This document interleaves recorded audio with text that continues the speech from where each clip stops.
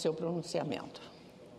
Senhora senadora, presidente dessa sessão, Lúcia Vânia, colegas senadores, eu queria antes, vou tratar pelo menos dois assuntos.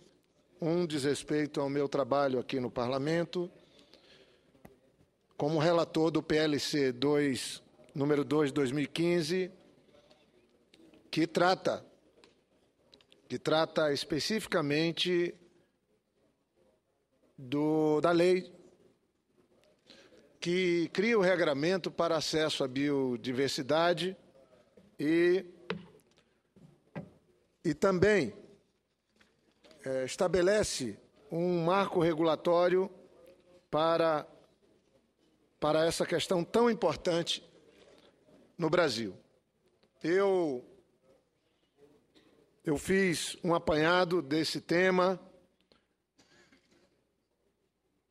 Nós começamos a tratar da questão da biodiversidade ainda na Convenção sobre a Diversidade Biológica. Isso ocorreu aqui no Brasil, na Rio 92. E ela estabeleceu regras e tivemos, então, um marco regulatório que estabelece a soberania dos países sobre seus recursos genéticos e sua autonomia para regular o acesso a tais recursos. Todos que estão me ouvindo devem ter claro que um país que tem a maior biodiversidade do planeta, como é o Brasil, tem que ter uma boa lei de acesso a esses recursos, que possa garantir às populações que detêm o conhecimento tradicional, às populações indígenas, os seus direitos, inclusive de acessar os benefícios, com a partilha de benefícios, e, ao mesmo tempo, dar um tratamento para esses recursos parecido, similares ao que se dá às riquezas que estão no subsolo brasileiro. Então, vejam, o Brasil tem a maior biodiversidade do planeta, tanto do ponto de vista das plantas, micro-organismos e ecossistemas, mas, tanto na fauna e flora, o Brasil é o número 1, é um país mega biodiverso. Tem a maior biodiversidade. Mas, ao mesmo tempo, o nosso país, depois de 500 anos, toda a base da produção agropecuária brasileira, seja ela usa plantas e animais exóticos. O Brasil não faz uso de sua biodiversidade. Na agricultura, as pessoas podem estranhar, mas na agricultura a soja não é nativa, a cana não é nativa, o café não é nativo do Brasil. O frango não é nativo, o boi zebuíno também não é nativo. Então, a base do agronegócio nossa é todo de espécies exóticas. Agora, e nós temos a maior biodiversidade do planeta, não acessamos essa biodiversidade, não fazemos um uso estratégico dela, e fazem 20 anos que se tenta estabelecer um marco regulatório para acesso à biodiversidade aqui. Começou com a senadora Marina Silva, em 95. Ela apresentou 3 projetos de lei. Depois, no governo Fernando Henrique, foi editada uma medida provisória absolvendo parte do que os projetos da senadora Marina apresentavam. Essa medida provisória foi reeditada 16 vezes. Naquela época, todo mês, vencia-se o prazo das medidas provisórias e elas podiam ser reeditadas. Com a decisão de, em 2001, uma emenda à Constituição, mudando as regras das medidas provisórias, tivemos ali um marco importante, as medidas provisórias viraram lei. Mas o fato é que nesses 20 anos o Brasil mudou, o mundo mudou, e essa lei perdeu a eficácia, aliás, ela nunca pegou definitivamente. A comunidade científica reclama, do regramento que temos hoje, as populações tradicionais não se beneficiam e reclamam, a atividade produtiva não tem a coragem, porque não encontra a segurança jurídica necessária de buscar aprofundar o conhecimento sobre a nossa biodiversidade e transformar algumas substâncias em produtos, e o Brasil segue perdendo, e perdendo muito, por não ter uma lei, apesar de ter sido a sede da convenção que tratou da biodiversidade. Veja, todo o conjunto de atividades econômicas vinculadas à floresta não chega a 1% do PIB. A pesca não chega a 0,5% do PIB brasileiro ainda. Então, vejam a importância desse PLC número 2. Hoje, a Comissão de Agricultura deve estar votando o relatório. O meu relatório eu pretendo apresentar na próxima terça-feira na Comissão de Meio Ambiente, que é uma comissão de mérito dessa matéria. Ela está tramitando em 5 comissões e eu, particularmente, identifiquei um problema sério.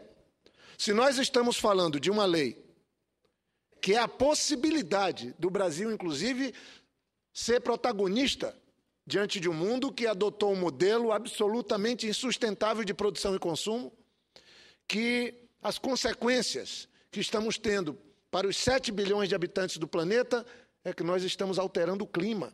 Isso é fato concreto.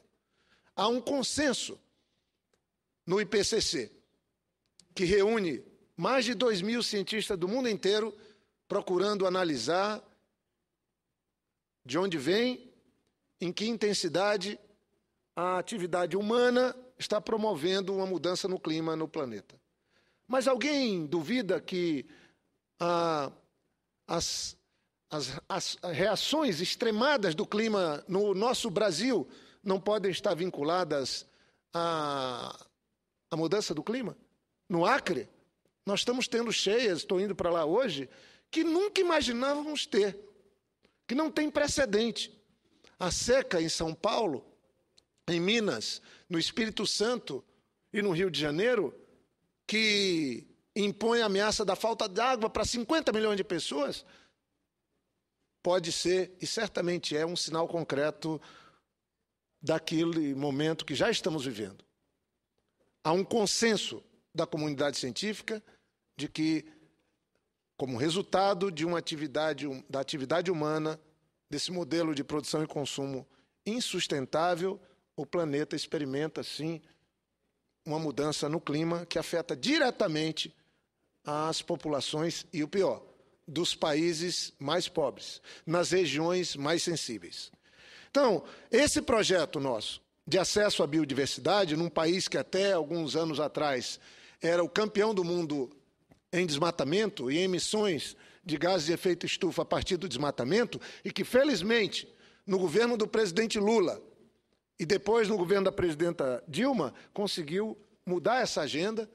Hoje eu estava num debate com a ministra Isabela Teixeira e, de fato, nós tínhamos, há 15 anos atrás, uma destruição na Amazônia que chegava perto de 30 mil quilômetros quadrados por ano de destruição e queima dessa riqueza, dessa biodiversidade, para menos de 5 mil quilômetros quadrados, que é um número elevado ainda, mas muito está vinculado ao que pode se chamar de desmatamento legal, porque há espaço, tem legislação que ampara a conversão. Só não podemos fazer o que foi feito na Mata Atlântica, no sul do país, no sudeste brasileiro, quando nós tivemos aí. Por que nós estamos tendo seca em São Paulo, no Rio, no Espírito Santo e em Minas? Quantas mil nascentes foram mortas? Se matou as nascentes. Quanto de floresta protetora nos cursos d'água foram retiradas? Nós estamos colhendo as consequências de uma ocupação absolutamente insustentável. E ali está 70% do PIB brasileiro. Ali tem uns 50 milhões de pessoas afetadas e está faltando água para beber. O Rio São Francisco sofre as consequências, porque nasce aqui no Centro-Oeste.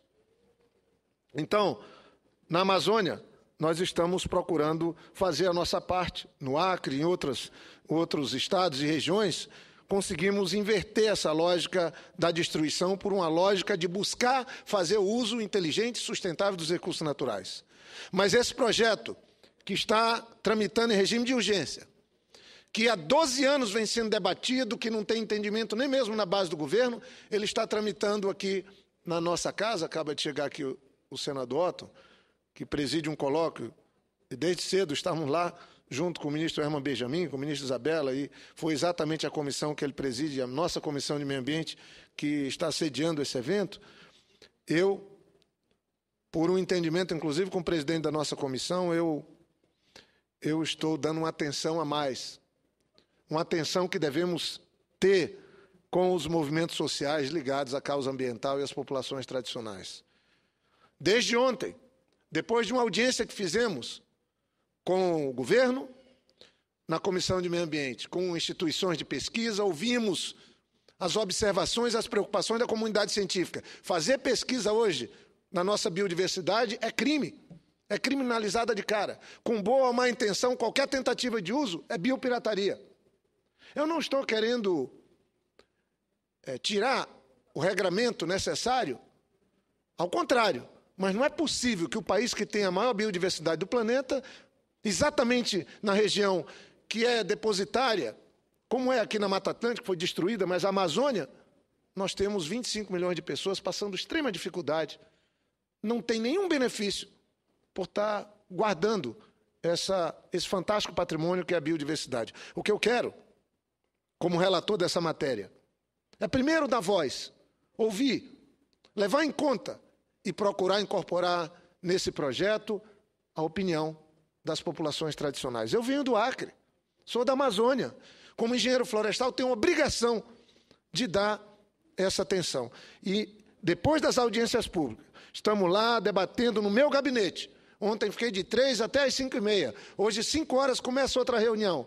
Estamos debatendo com a Via Campesino, com o MST, com o Instituto Socioambiental, com a Articulação dos Povos Indígenas do Brasil, com o Conselho Nacional das Populações Extrativistas, com a Rede de Comunidades Tradicionais Pantaneiras, com o Conselho Nacional de Seringueiros, com o Conselho Nacional de Segurança Alimentar e Nutricional. Estamos debatendo, ouvindo os representantes dos índios, dos extrativistas, das entidades não governamentais ligadas à causa ambiental, para que a gente possa ver o que é que nós podemos melhorar nessa matéria. E digo com tranquilidade, o senador Theomário também, que é relator, se nessas conversas e nesse estudo que estamos fazendo com esse trabalho, ficar identificado a importância de incorporarmos matérias que não foram incorporadas, de levar em conta a vontade, as preocupações e as propostas do movimento socioambiental da Amazônia, eu não terei nenhum problema de apresentá-las, de incorporá-las no texto, mesmo que isso venha retardar a aprovação dessa matéria que tem regime de urgência e que ela tenha que voltar para a Câmara. Esse é o compromisso que eu queria assumir, porque eu não cheguei aqui ao Senado como obra do acaso. Eu vim aqui para representar o povo do Acre e da Amazônia. Esse é um compromisso maior que eu tenho. E, obviamente, de ser senador por esse fantástico país que é o Brasil. Então, eu não quero que se perpetue aqui que toda atividade agropecuária, do agronegócio, seja baseada em uso de espécies vegetais e animais exóticas. Será que nós não ganharíamos mais, sem prejuízo do avanço que o Brasil tem no uso dessas atividades, ou no desenvolvimento dessas atividades? Quanto que nós ganharíamos se nós começássemos a usar essa biodiversidade que só o nosso país tem, esse conhecimento que só nós temos, para uma nova economia, uma economia de baixo carbono, uma economia que de fato seja sustentável, que permita que as populações tradicionais sejam felizes com a sua cultura, com o seu jeito de ser, e permita que o Brasil, com o conhecimento técnico, científico, seja competitivo e tenha, de fato, um papel de protagonista nesse tema em todo o mundo. Então, essa era a questão que eu queria pôr, senhora presidenta, e, por fim, eu queria encerrar fazendo aqui uma referência a uma questão que, para mim, é fundamental. Eu sei, os colegas senadores até começaram aqui hoje, eu presidindo. Tem horas que eu fico ali presidindo, e é meu papel, tanto como colega, um dos 81 senadores, mas às vezes na presidência eu fico ali com a orelha quente, porque nesses tempos difíceis, os colegas da oposição, com a capacidade que tem, dos líderes como Cássio Cunha Lima, que tem o dom da oratória, do conhecimento, filho de um poeta, e poeta como pai, vêm aqui e fazem o bom combate, colocam suas críticas, suas posições. Eu ali quietinho na presidência, só garantindo o tempo, alongando o tempo, como ainda há pouco fez o nosso colega senador Caiado. Mas eu venho aqui hoje também cumprir um papel de quem, sem nenhum problema, fala dos avanços desse governo. Eu queria concluir trazendo esse tema. Sexta-feira passada, amanhã completa uma semana, uma parcela importante dos movimentos sociais foram as ruas. Domingo, uma parcela importante do povo brasileiro, grande, foi às ruas. Sexta e domingo. Eu acho que pode até ter motivação diferentes nessas manifestações, eu não quero entrar nesse mérito. Mas o certo é que tinha questões colocadas na sexta-feira e no domingo, as mesmas. Por exemplo, o combate à corrupção no Brasil e o fim da impunidade. Estavam presentes lá nas manifestações dos movimentos sociais sexta-feira. Estavam presentes nas manifestações de domingo. E o que é que aconteceu nessa uma semana? Que eu saiba, o único gesto tomado até aqui foi da presidente da República. Ela deu entrevista, ela procurou se justificar, ela procurou esclarecer, e eu acho que foi muito bem. Fez uma entrevista aberta aos jornalistas, respondeu perguntas, e eu acho que é esse o papel de quem está no Executivo. A oposição, cabe criticar, e não se estranha que a oposição amplie ainda as vozes que discordam e que cobram. Esse é o papel da oposição. Mas eu acho que a oposição também podia mudar um pouco esse disco. Podia atualizar um pouco o discurso. Porque qual é a proposta concreta que a oposição trouxe de combate à corrupção? Eu não vi. A presidenta Dilma ontem lançou um programa. É mais do mesmo. Mas a presidenta mandou em 2013 para cá, para o Congresso, propostas que ajudam o país a ficar melhor no combate à corrupção e por fim, a impunidade. Ou nós vamos ficar esperando um salvador da pátria para fazer isso?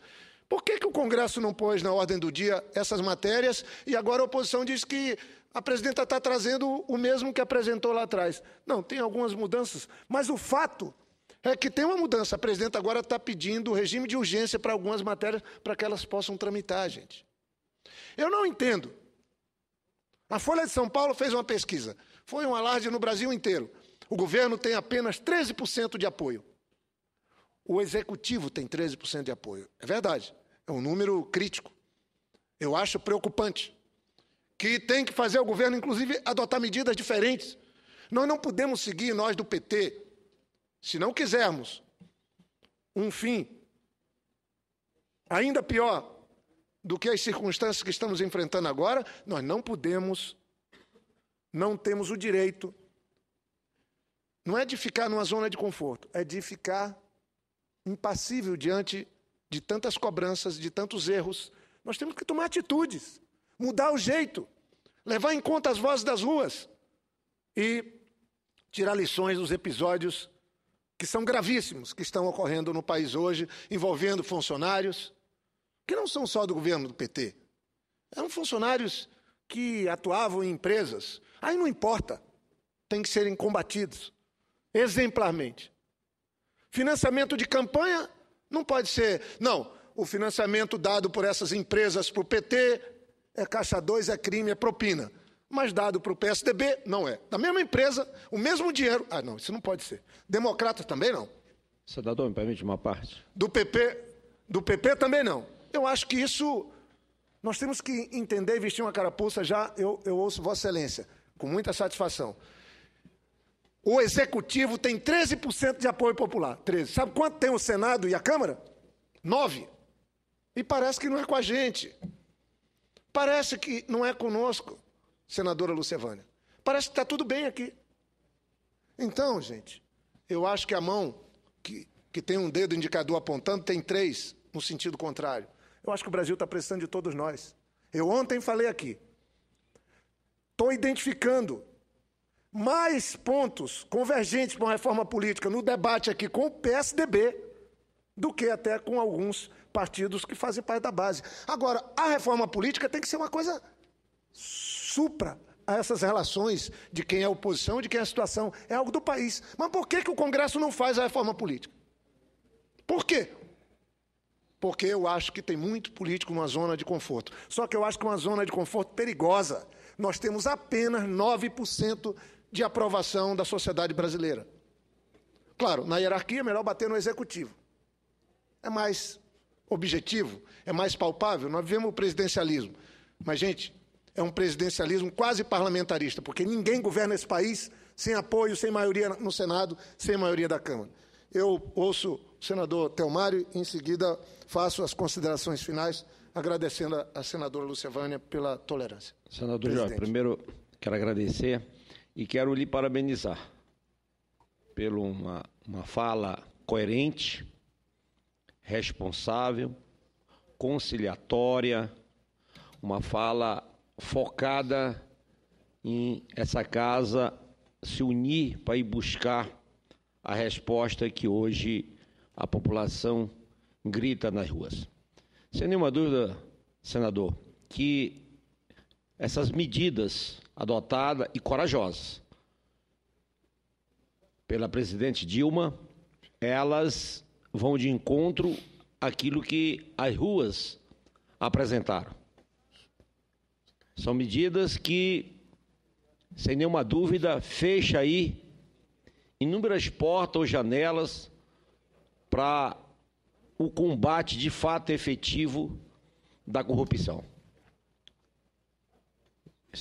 A presidente Dilma sempre trilhou a sua vida pública no caminho da honestidade e, sobretudo, foi nesse sentido que ela colocou no seu governo essas proposições. A oposição é extremamente salutar. Nenhum governo democrático, republicano, pode governar sem ouvir o grito da oposição. É normalmente na voz da oposição que a gente encontra ali os nossos defeitos, né? Porque quando todo mundo vai para um lado, normalmente esse barco afunda. Isso é muito peculiar da nossa região. É importante que haja esse foco, é importante que haja esse balizamento. Agora, eu gostaria de ver, sem nenhuma dúvida, a oposição, nesse momento que o Congresso, nesse momento que os políticos brasileiros não disponibiliza de credibilidade junto com a população. Aí estão os dados, eu só espero que esses dados estatísticos que você mostrou não seja do IBOP, porque o IBOP do meu estado não tem credibilidade para nada, esse é zero. É o pior instituto. São dados do Datafolha. Ainda bem que é a Datafolha, porque o IBOP em Roraima nunca acertou nada. Lá ele tenta o pior instituto, inclusive deve fazer uma CPI para prender o dono do IBOP, porque em Roraima só tem praticado mal. Eles me botavam com 8%, eu ganhei a eleição com 42%.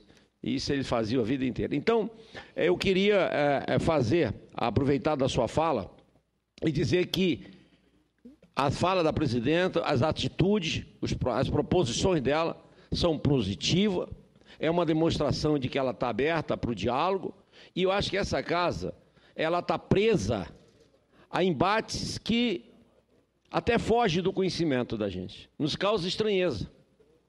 Ontem mesmo, o que eu vi aqui foi um jogo do que não vai, ou tu fica, ou tu não vai, ou descompatibiliza, ou afasta, ou... Quer dizer, o Congresso precisa andar.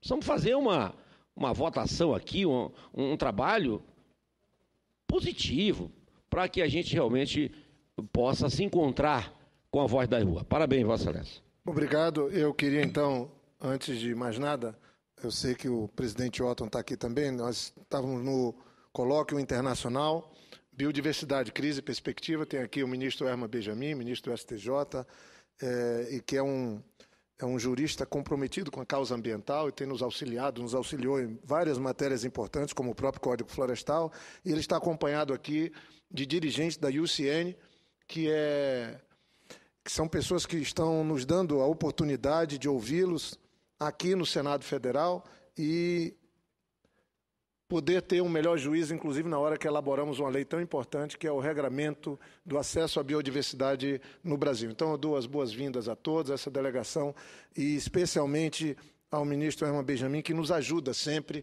não sei onde ele encontra tempo, pelos afazeres que tem no STJ, que é um tribunal também assoberbado de trabalho, para auxiliar o Brasil a ficar melhor, a aperfeiçoar a sua legislação e também a nos ajudar a fazer debates como esse que fizemos aqui. Então, ao mesmo tempo, parabenizo o presidente Otton e faço esse registro. E encerro, senhora presidenta, dizendo que eu, sinceramente, não consigo... A presidenta aqui faz referência a um projeto de lei, dizendo... Isso aqui é na proposta que ela apresentou, que transforma a Caixa 2 em crime. E ela diz, projeto de lei, já existe um projeto para tipificar a Caixa 2 em tramitação no Senado como crime. É de 2013. Sabe de quem é o projeto? De minha autoria, está aqui na mão. Está desde 2013. Já tivemos eleição em 2014, vai vir em 2016, e a gente não vota. Algo que é fundamental, transformar a Caixa 2 em crime. Eu acho que nós estamos em dívida com a sociedade, e está sendo muito fácil para alguns sempre terceirizar a culpa. É culpa do Executivo. Mas eu acho que nós temos uma parcela muito importante de culpa. Eu sei que muitos estão chateados com o presidente Lula, que eu respeito. Eu não sou daqueles que digo, olha, quem foi lá em São Paulo era eleitor do Aécio. Claro, o Aécio que teve a grande maioria dos votos em São Paulo, qualquer reunião que se faça em São Paulo vai ter a maioria das pessoas que votaram no Aécio. Isso não é um mérito. Estavam lá brasileiros de São Paulo, alguns radicalizados ou não, mas estavam lá reclamando. Tem gente que estava ali que já votou no Lula. Pode não ter votado agora, mas já foi até simpático ao PT. Vamos tirar por menos. Agora, sinceramente, se não fosse presidente Lula que empoderou a Polícia Federal, se não fosse presidente Lula que empoderou o Ministério Público com as condições necessárias, a justiça nesse país, como é que eram os escândalos? Como é que eram as operações como Castelo de Areia? Imediatamente o juiz não tinha autonomia de prender ninguém, de convocar ninguém, ia para uma outra instância e aquilo era levado pelo vento. Foi o governo do PT que criou as condições para esse país começar a apurar, senador Jorge Viana, a punir pessoas envolvidas em corrupção. Agora, é um momento duro, o PT tem sofrido e eu acho que temos muitos erros a corrigir mesmo, senador, mas não pode ser também... Alguém tem que ter a coragem de poder dizer, olha, sinceramente, o Brasil precisa de todos nós para ficar melhor. Eu já concluí, eu peço desculpa, Donizete, mas é que eu já abusei da boa vontade, tem vários colegas que inclusive têm viagem a fazer. Vossa Excelência daqui um pouquinho pede, eu queria muito contar com a sua parte, mas eu peço desculpa, presidente, e aos colegas que estão aguardando para fazer o